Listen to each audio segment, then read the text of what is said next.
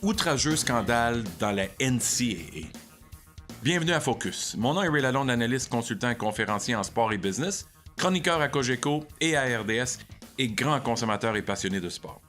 Voici Focus, mon podcast quotidien qui revient sur les grands sujets dans l'industrie avec un contexte et une perspective analytique. Et c'est parti. Qu'est-ce qui se passe avec les nombreux scandales dans la NCAA? À chaque semaine, on dirait qu'il y a une autre crise, une autre situation qui fait les manchettes, qui fait en sorte que la NCAA, cette gigantesque industrie de sport universitaire aux États-Unis, fait encore des siennes. C'est un sujet qui est parfois lointain pour les Québécois parce qu'on n'est pas dans la NCAA, on ne fait pas partie de ça. Mais on entend souvent parler de ces affaires-là, parfois illicites puis choquantes, qui ont lieu dans le sport universitaire américain.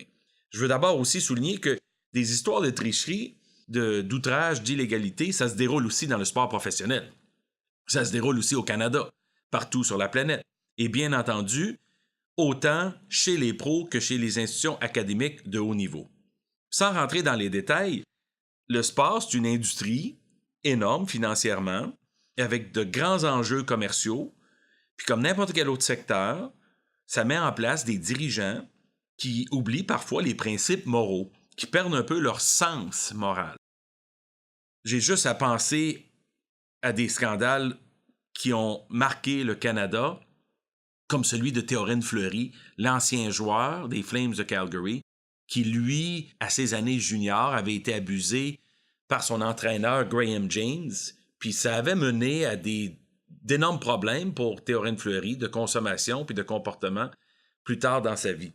Je pense aussi à Gordon Stockless, qui lui était un ancien employé du Maple Leaf Gardens à Toronto dans les années 70 et 80, puis on avait découvert qu'il avait abusé 18 jeunes garçons dans les espaces du Maple Leaf Garden durant ces années-là. Je pense aussi à des incidents de rituels d'initiation à McGill au football en 2005, à l'université Wilfrid Laurier en Ontario au baseball en 2012. Il y en a des situations comme ça qui se déroulent régulièrement.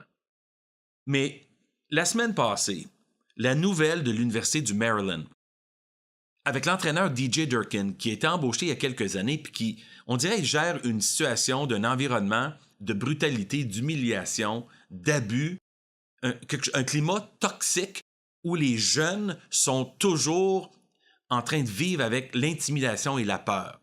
Alors, Durkin, son entraîneur de conditionnement physique Rick Court, les thérapeutes médicaux ont tous été suspendus par l'université la semaine dernière parce qu'on a sorti publiquement le dossier d'un jeune garçon de 19 ans qui s'appelle Jordan McNair, qui, lors d'un entraînement le 29 mai dernier, un entraînement un peu punitif. On faisait des sprints de 100 verges, une dizaine à la fois. Il faisait plus de 100 degrés. Il s'est effondré après l'entraînement. On n'a pas réagi adéquatement du côté médical. Il a souffert. Il a ensuite été hospitalisé et il est décédé le 13 juin dernier. Et tout de suite après, on découvre que ce qui se passe à Maryland dans l'équipe de football est un désastre total en termes de responsabilité. Et là, on a une enquête, puis on va voir le résultat de l'enquête. Il y a quelques semaines, le dossier d'Ohio State, un autre programme majeur de football, plus gros, encore plus gros.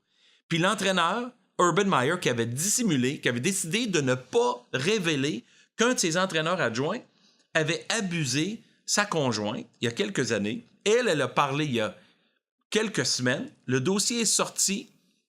Zach Smith, le coach des receveurs, a été congédié. Urban Meyer, maintenant, se défend. Il a été suspendu. On est à quelques semaines de l'ouverture de la saison de la NCAA au football. C'est majeur.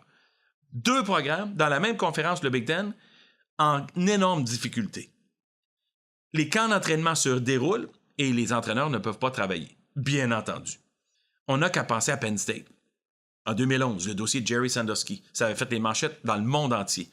Abus de 10 jeunes. Sandusky est en prison pour 60 ans. Le président de l'université va faire au moins 5 ans de prison. Le directeur des sports est sous enquête, de même que le directeur vice-président des finances. L'université a payé 60 millions en dédommagement aux victimes, a aussi été mis à l'amende par la NCAA. Ça a été très grave, cette situation-là, avec Sandusky. Paterno a perdu son poste, il est décédé pas longtemps après. Penn State a énormément souffert, évidemment, mais rien comparé aux victimes. Le plus gros de ces dossiers-là de scandale, c'est celui de Michigan State. Larry Nassar, médecin de l'équipe universitaire américaine de gymnastique, USA Gymnastics, de la fédération, au fil de 2 décennies, il a abusé plus de 200 jeunes filles et femmes avec ses traitements. L'université va dédommager les victimes au compte de 500 millions de dollars. Larry Nassar a été condamné à jusqu'à 175 ans de prison. Pendant ce temps-là, tu as 200 victimes, ou 200 survivantes, si on veut. Les dossiers d'abus de pouvoir, d'abus de confiance, les gens qui ont des postes importants où ils doivent être des modèles, guider les jeunes, les encadrer correctement, à un moment donné, c'est devenu plus important, la réputation de l'université, leur propre réputation, leur profil public. Plus important de gagner que de t'occuper du développement des jeunes. Moi, je me pose la question, où étaient les parents pendant ce temps-là? Où étaient les parents qui ont entendu certainement de la part de leurs enfants qui avaient de l'humiliation, des abus, un climat dangereux pour leur propre santé, de l'intimidation? Parce qu'à un moment donné, ils ont dû se dire, là, si on parle, on va chambarder la situation, perdre notre bourse d'études. Les jeunes aussi n'ont pas parlé, parce que c'est pas évident, là, quand tu as une bourse d'études, de changer de programme, changer d'institution, d'aller récupérer une opportunité comme celle-là ailleurs. Alors, tout le monde a décidé de ne pas parler.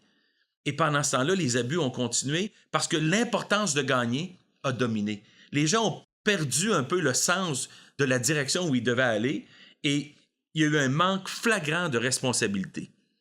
Les universités doivent assumer le rôle qu'ils ont envers les jeunes puis les parents qui comptent sur eux pour l'éducation de leurs enfants.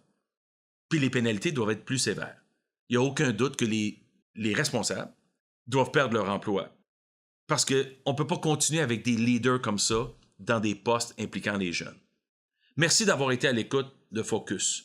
Suivez-moi sur Twitter @RealRayLalonde. Partagez le podcast avec vos amis et collègues. Vous pouvez écouter les podcasts sur YouTube, Facebook ou SoundCloud. Abonnez-vous à ma page, à ma chaîne et likez ma page Facebook. Merci d'avoir été là. Pour Focus, ici Ray Lalonde. À très bientôt.